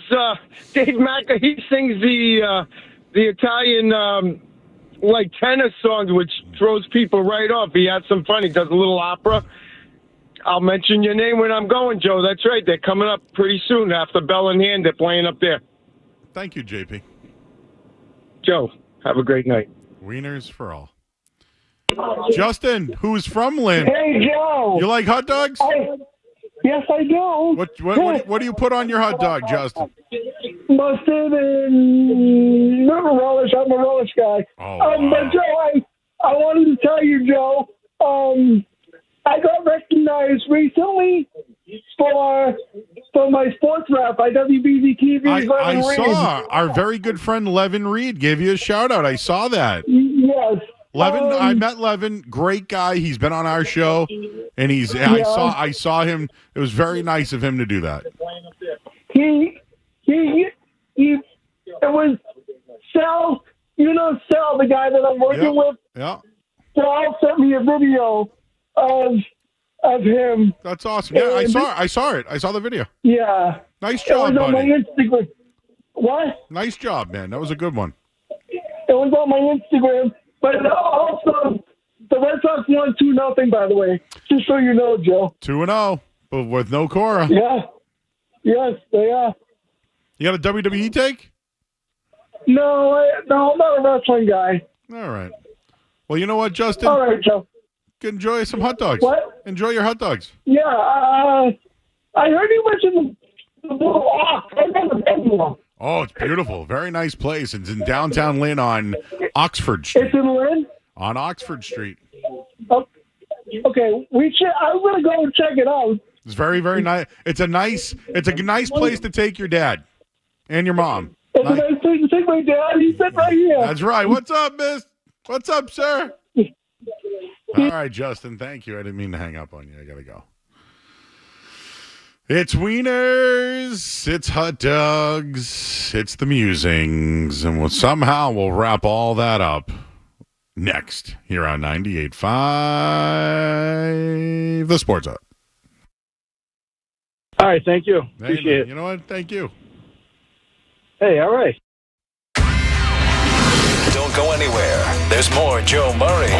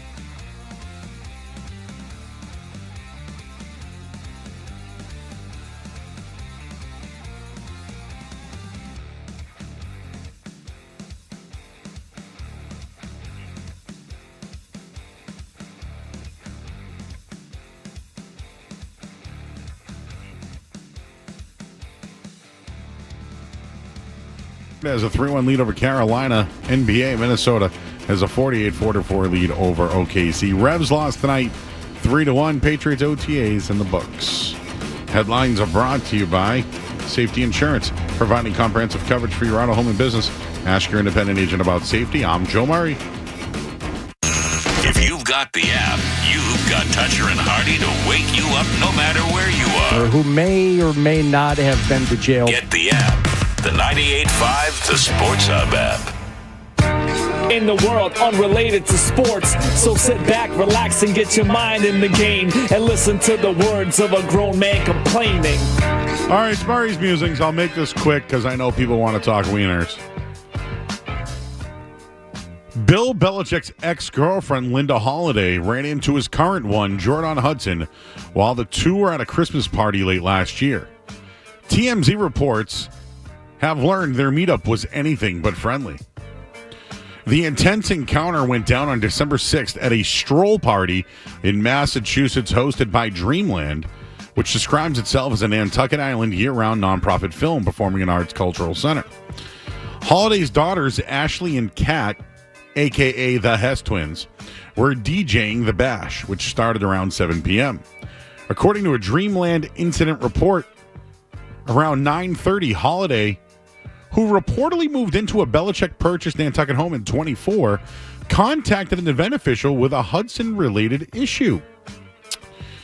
The documents state that Holiday was upset by the presence of Belichick's current girlfriend, believing it was inappropriate since the event was widely advertised as a partly headlined by her daughters. She asked that I remove Miss Hudson from the premises, the official wrote in the report.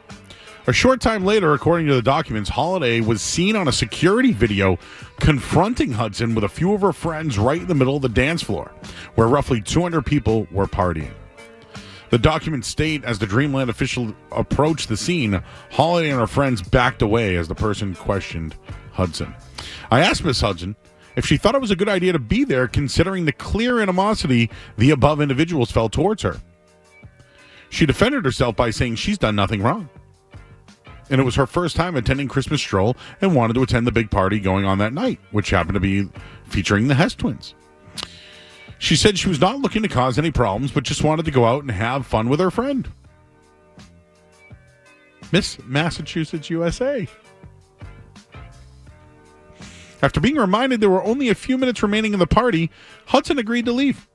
But as she and her friend were walked out, the event staffer stated Hudson told them Holiday, who has ties to the pageant world, threatened Miss Massachusetts while they were on the dance floor.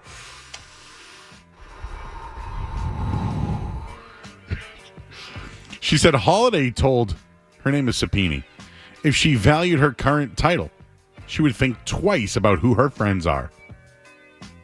Holiday allegedly added that she had many powerful friends in the pageant organization. The documents noted that Sapini did not speak, but did begin to cry in the corner of the room while the conversations was ongoing.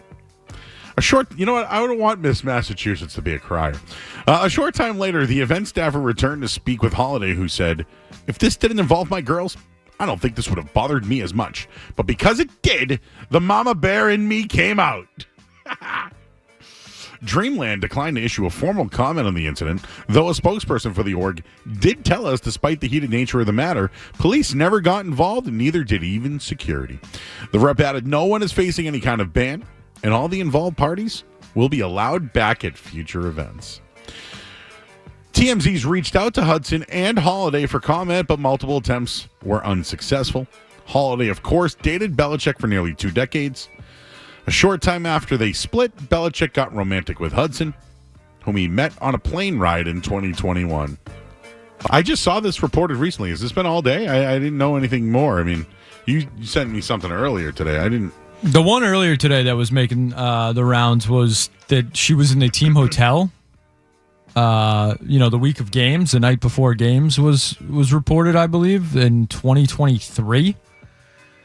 Which, is a, massive no-no for players to have friends and family in those hotels. So, I would say, the checked out might be strong. But, yeah, there was some stuff going on behind the scenes, I guess.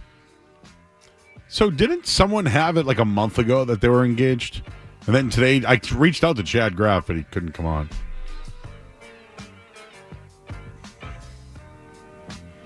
I don't know, man. We've been talking a lot about this, but I'm starting to get starting to feel like there's like a... Nothing like a good fight over a 72-year-old man. But like... That's good. That's healthy. It's starting to seem like she's a poison. No. You think? And Joe, I don't blame her. That's the thing. That's why she's going to sit there. See, this is victimizing. No. Yeah, I need the people in chat to back me on this one. When a girl, sorry, I shouldn't say a girl. Let me rephrase.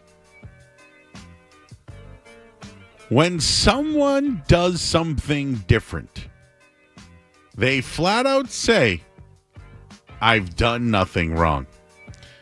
She showed up to a Christmas party with her friend that was run by the Hess girls, who are the daughters of Linda Holiday. And you mean to tell me that Jordan Hudson didn't know that? Skaz? I'll give you that one. That was smelly as hell. Suspect, even? Suspect.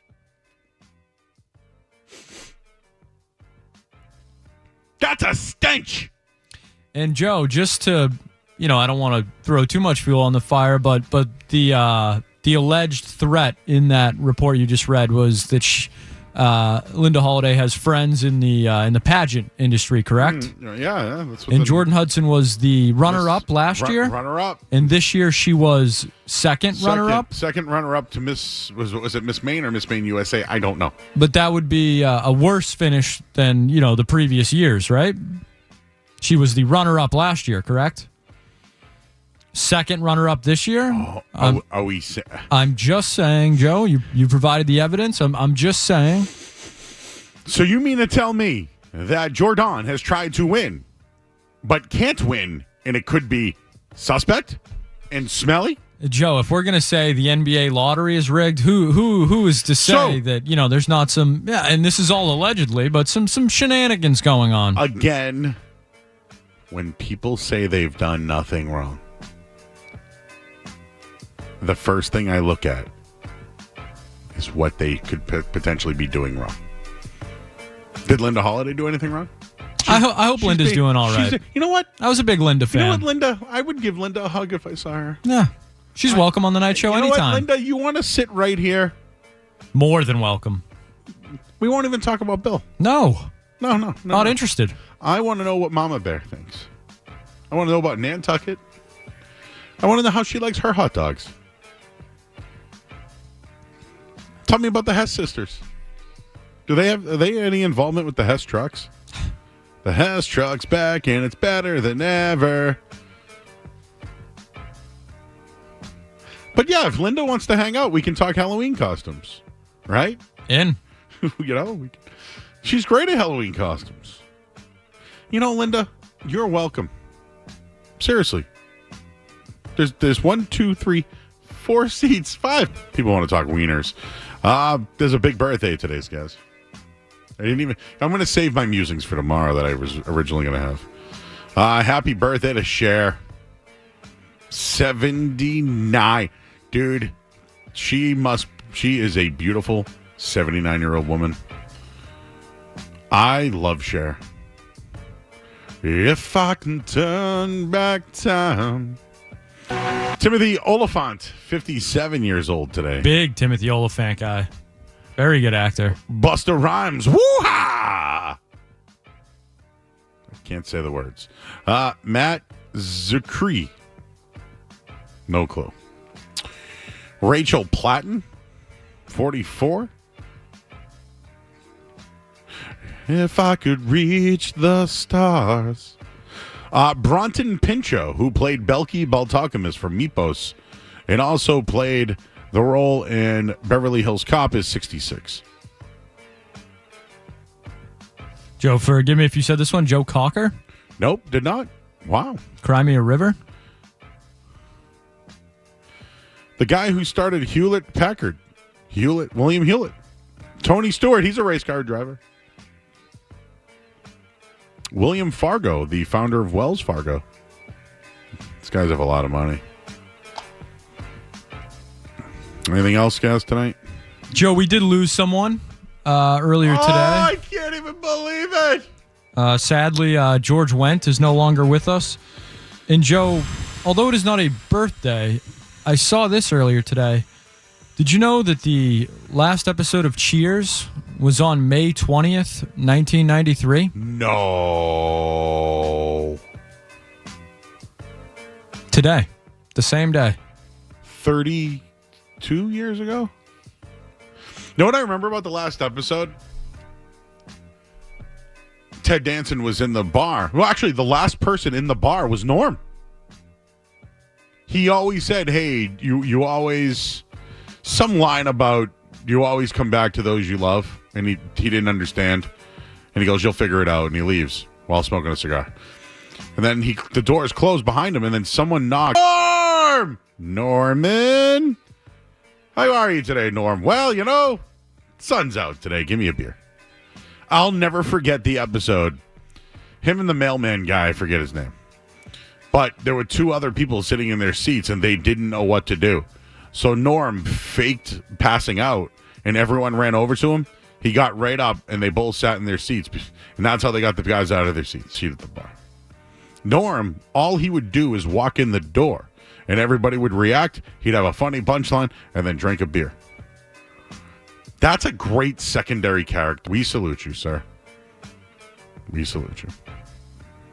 With beer and hot dogs and wieners. All right, get to the head. Hey, Jojo, how you doing, sir? Hey, Tim. I love that.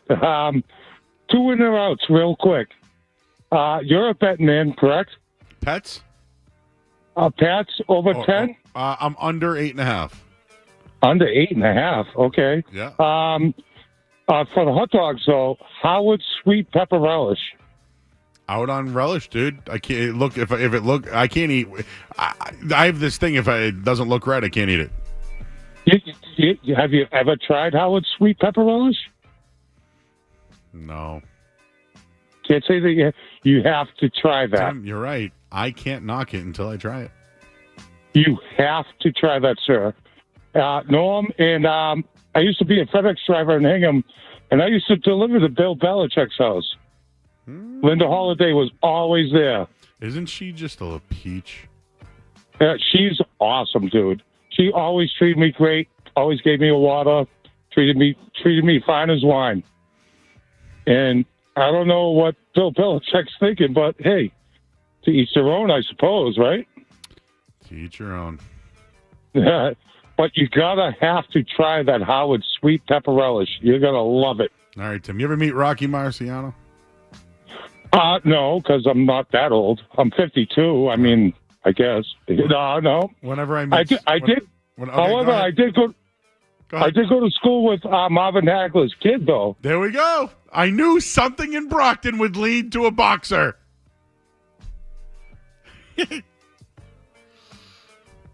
Yes, Norm is the equivalent of me walking into Kowloon. Skaz, if you walked into Kowloon with me, that's why I don't go to Kowloon that often anymore. I go through the side door and I meet Andy because I don't want to be, when I walk in, it's, hey, oh my God. You're saying the paparazzi's too much at Kowloon? It's not the paparazzi. It's just the flashes, all the flash photography. It's not that. It's just that there's no being discreet. Yeah, I don't know if I'd consider you a discreet man, Joe. I am not a discreet man. I stick out like a sore thumb. But I go through. I have not been to the Kowloon with Joe Murray, but I have been to a food festival, the Phantom Gourmet Food Festival with Joe Murray. That was cool. It was like walking around with the mayor. Like, he's shaking hands, kissing babies. Everybody ran out of food, but guess where we found? We found food, right? Oh, yeah. We knew a guy. Found a couple pies as well to top off the night. Do you know I had to leave those pies here because what was that?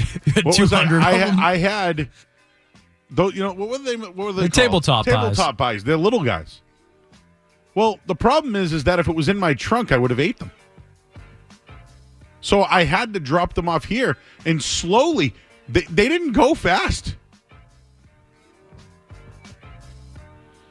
I will never forget that guy. He goes, "Hey man, you want these, don't you?" I said, "Well, yeah, I do want them, but I don't know." A little backdoor deal for some pies. I just don't know if I can eat them though, but I'll eat them. I'll take them.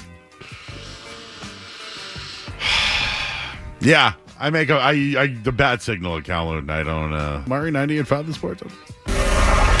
You're listening to Joe. You're listening to Joe Murray on 98.5. You're listening to.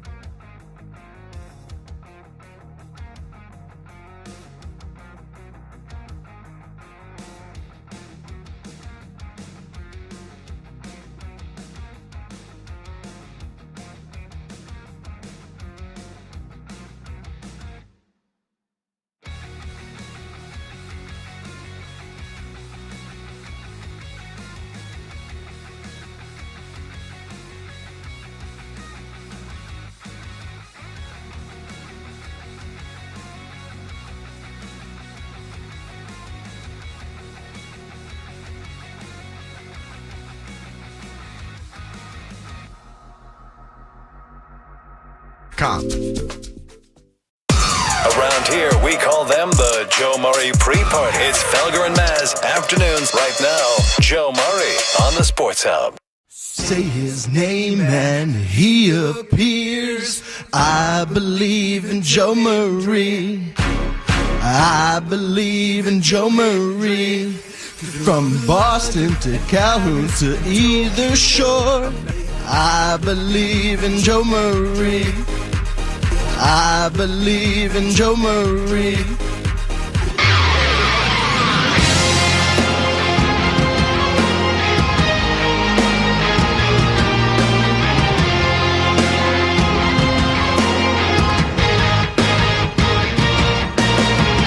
Say his name and he appears.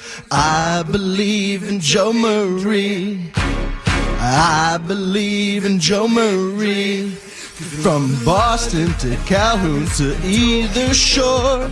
I believe in Joe Marie. I believe in Joe Marie.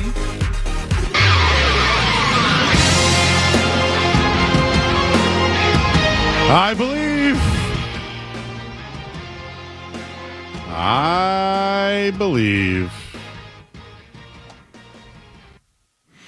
So we haven't talked much about the basketball and NBA finals. Well, conference finals. In the NBA right now, Skaz, the Thunder are up 66-22. The Wolves had a lead all night, and they just blew it. And Anthony Edwards, I believe, is dealing with an ankle. He's like back and forth. But they're slowly starting to lose it. Speaking of losing it, the Panthers are going to win the game. Well, it looks like they're up 4-1 right now, but Brad Marchand got a minor. And it looks like he's getting tossed. Is that correct? I don't know if he's been tossed yet, but I wouldn't be surprised if it happens. 11 minutes left. 3-goal game. Yeah, Marchand, I think was, I don't know if I want to say in the right, but it seemed like him and Gauthier had a little battle, and then it seemed Gauthier shot the puck directly at Marchand, and Marchand, the flip switched, and he attacked him, basically. Took his helmet off, started swinging, and Marchand down the tunnel. Oh, there he goes. There he goes. See you later. Oh. You know, now that he's somewhere else, guys, how do you feel about him? Love him. One of my all-time favorite Boston athletes, Brad Marchand. Skaz, can I be honest with you? I was very critical of Brad Marchand this year. Was he just a baited target almost? Like he was the captain of the team that had no. Yeah, he's culture. on a good team now, so he doesn't have to deal with Cale Makar and Anze Kopitar every game, or whoever it is on the other team's best players. I think that's it. Like when he's the ancillary piece, man, he makes a big impact, right?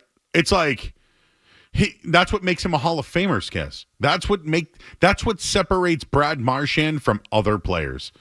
When he doesn't need to be the leader. He's one of the best ancillary parts. And I don't even want to call a Hall of Famer ancillary, but with this team, he just has to fill the role, right? His role works with them.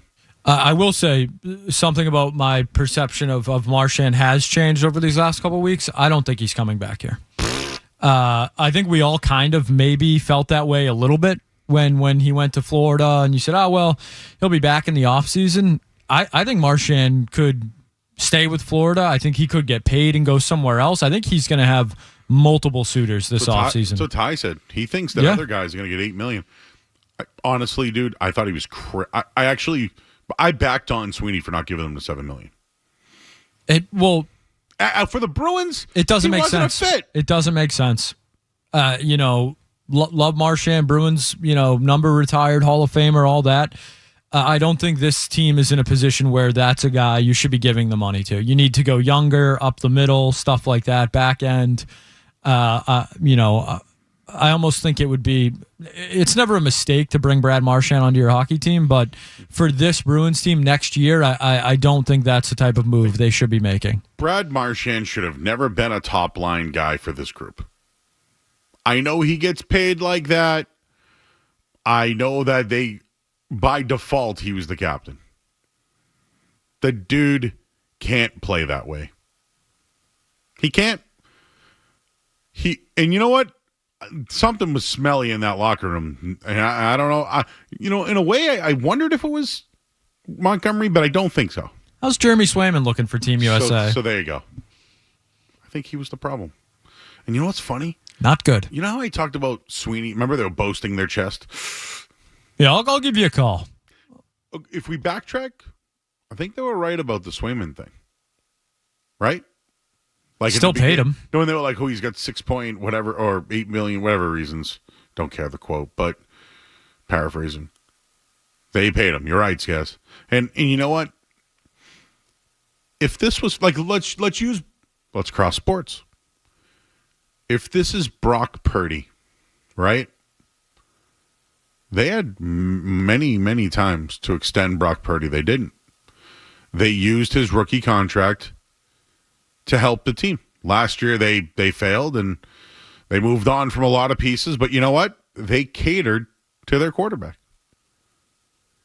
I think the Bruins were in a situation where they needed to cater to Swayman. It backfired. Marchand hated it. Montgomery hated it. I think the players hated it. Marchand needed to get out of here. They sent him to the best place possible, right? They did him a solid. They're going to get a first-round pick now. I don't know, what year is it? 26, 27? I don't even know. They can flip it 1 year or whatever it is. You know what, Marchand? To be honest with you, good for you, dude. You could have went to Florida, been a ring chaser, and just cash in one at the end of your career and go get a new contract. Instead, he's Conn Smythe worthy, dude. Right? Yeah, absolutely. They flashed a graphic too, earlier. I wish I still had it in front of me, but he has 10 playoff runs having 10 plus points. Only Gretzky and Bossy or Coffey or someone was in front of him. I don't remember who was second, but Marchand was third with 10 postseason runs with 10 plus points. I hope that gets mentioned when. Okay, Brad Marchand's a Hall of Famer. Hands down, a Hall of Famer. But that's the stuff you can't overlook. His impact in the playoff series. Could you say it was a win-win? I know you have to know who the guy is that the Bruins got in the long run. But for a playoff run for the Florida and the Bruins looking to reset, I think they got their first-round pick that they were looking for. And Marchand went to the best place possible. Absolutely. And just on that, I found it. Most postseasons with 10-plus points. Wayne Gretzky and Mark Messier, 14. Jean Bellevue with 11. Brad Marchand is now in a tie for fourth all-time with 10, tying him with Paul Coffey, Glenn Anderson, and Jaromir Jagr. I would say that is a Hall of Fame list. There's no doubt about it, Brad Marchand's a Hall of Famer. Sometimes you just can't finish with the team you started with. It's okay. Tom Brady didn't do it. It's okay. I was very critical of Brad Marchand, but I think it was unjust. I think unjust, is that the word? Unjust? Justified? Sure. You know what I'm saying. Yeah. You got it. Close enough. But now he's gotten an opportunity. Dude, he's taken off, man. This is Marshy's stage. He was maybe the best player on the ice in their Game 7.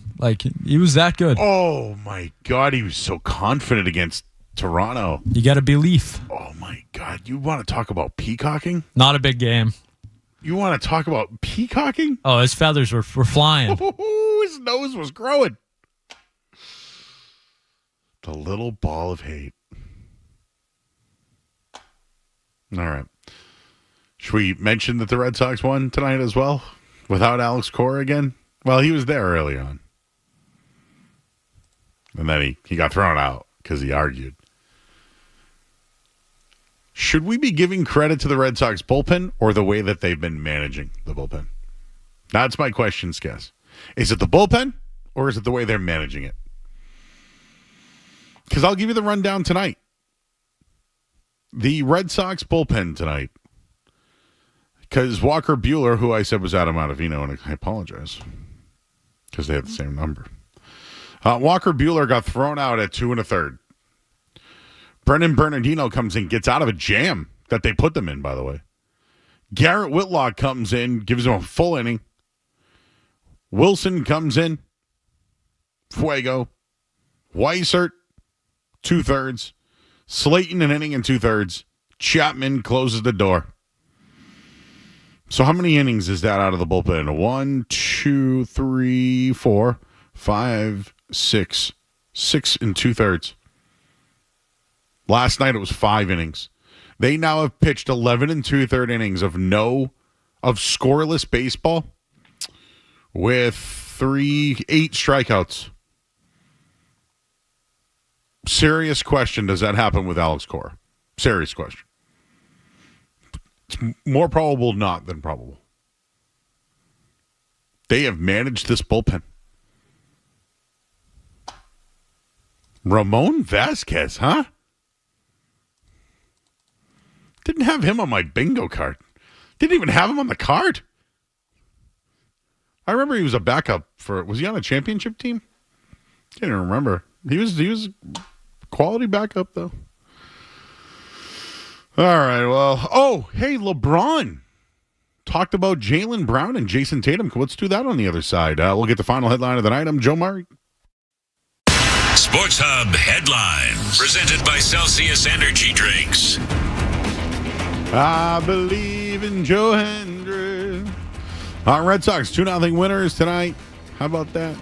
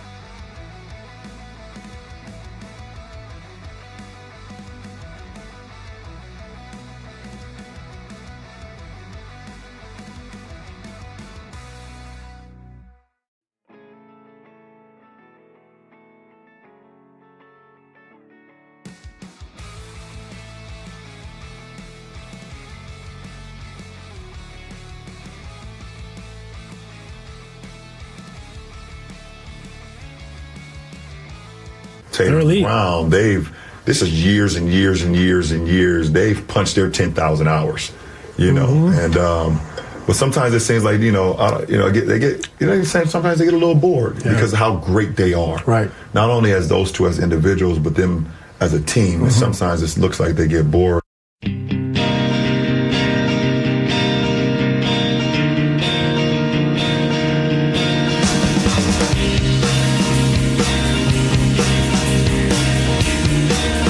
LeBron speaking.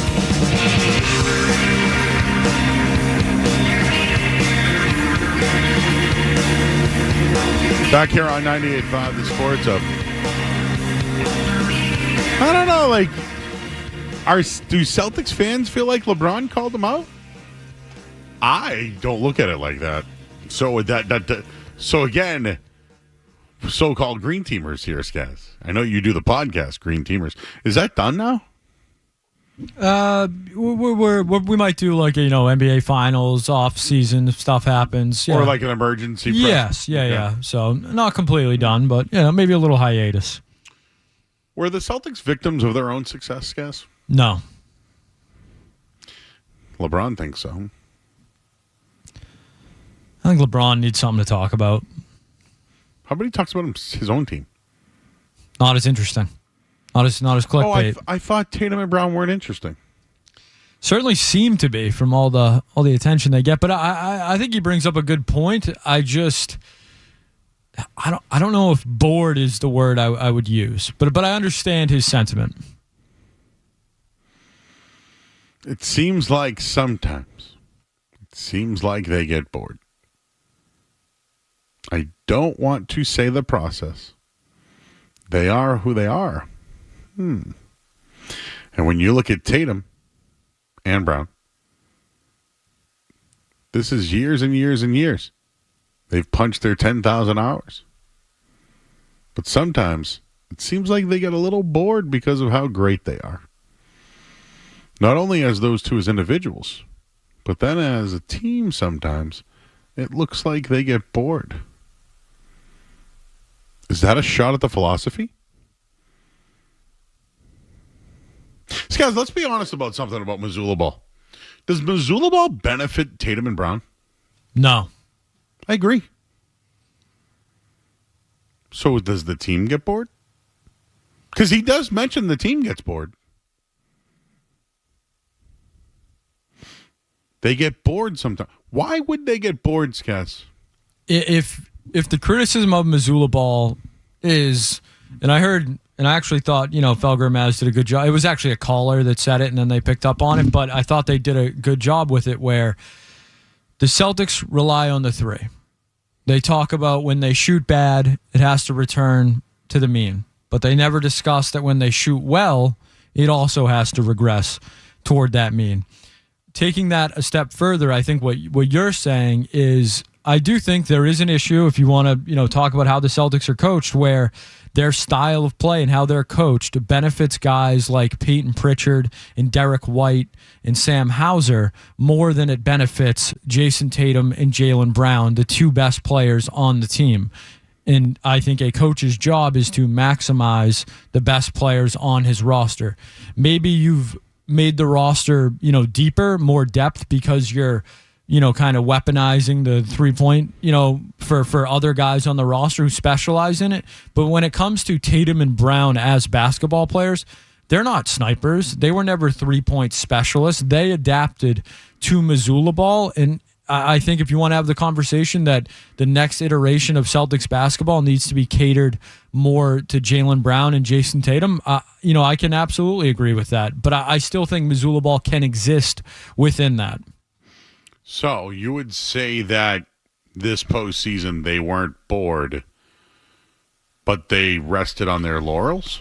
Well, I think they choked is what happened this postseason. You shoot 25% from three in the first two games, you deserve to lose. What do they say? The definition of insanity is repeating the same mistakes and hoping for a different outcome. So, yeah, that's what the Celtics did. They choked. It didn't work. They didn't go away from it. You saw glimmers of it working at times, but the Knicks outworked you, out-hustled you, beat you on the glass, and the Celtics deserve to lose that series. So if you want to, take a hard look at Missoula ball, I think catering more to Tatum and Brown should be the approach. Well, I would too, actually. Do you know what I would like, Skaz? This is just if I was Coach Joe Murray, not Coach Joey Murray, not Coach Joe Missoula. In a way, I would like to see Brown at the foul line elbow, Tatum on the block.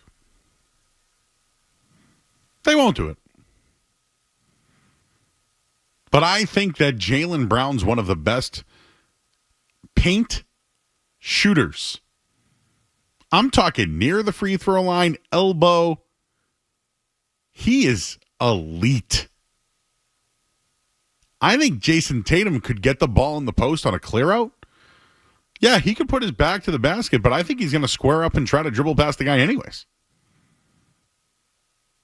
I think he'd get to the line a lot more. You know what, though? Would the other guys get bored then, Skez? Tough. Yeah, and another thing, too, that I think's kind of completely flown under the radar is they sucked from two also against the Knicks. Bad. They were not like people that say they got to, pound the paint, shoot inside. They were not good from two in that series as well. They shot awfully as a team from three and from two. So, yes, do I agree that, at some point you have to try something different? They were just cold. They choked. They were bad. So, blame Missoula ball, blame whatever you want. It's on the players. They didn't hit their shots. They had numerous open looks. So I think the whole thing needs to be evaluated. That's what happens when you lose in the playoffs. When you get knocked out earlier than you're supposed to, everything should be examined. Well, LeBron has checked in. Remember when LeBron checked in on the Super Bowl holding call? I like LeBron on Twitter. I think it's good. Is LeBron wrong? No. Does LeBron know? Probably. Was LeBron bored? Probably. When was he bored? I mean, to call him bored is probably strong, but I bet you there were times where LeBron knew that the team around him was not enough. And he would, I don't want to say check out, but years? Yes, Anderson Varejao. Yeah, he was doing everything. I got to Mo Williams. I look back on that and I'm like, that guy was a one-man show. Look at that roster he dragged to the NBA Finals. See, I don't think he was bored then. No. So damn disappointed in the Celtics, dude. I did think they were special. Brad Stevens not putting a ceiling on the team, though, Skez. Hey, guess what? We get to do it all over again tomorrow night. Thank you, everybody, in our YouTube chat tonight.